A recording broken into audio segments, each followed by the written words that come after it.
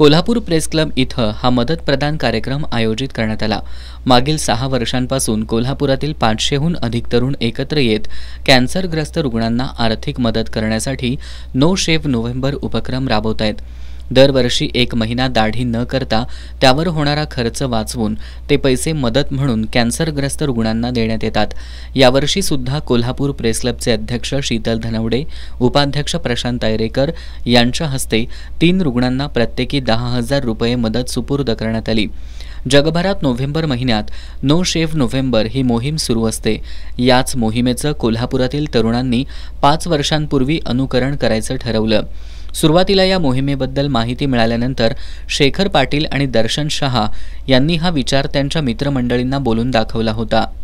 यानंतर आत्तापर्यंत यासोबतच 500हून अधिक तरुण जोडले गेलेत। यामध्ये पोलीस, वकील, शिक्षक, डॉक्टर, इंजिनियर, CA, पत्रकार, राजकीय व्यक्ती, सामाजिक कार्यकर्ते अशा विविध क्षेत्रातील तरुणांचा सहभाग आहे।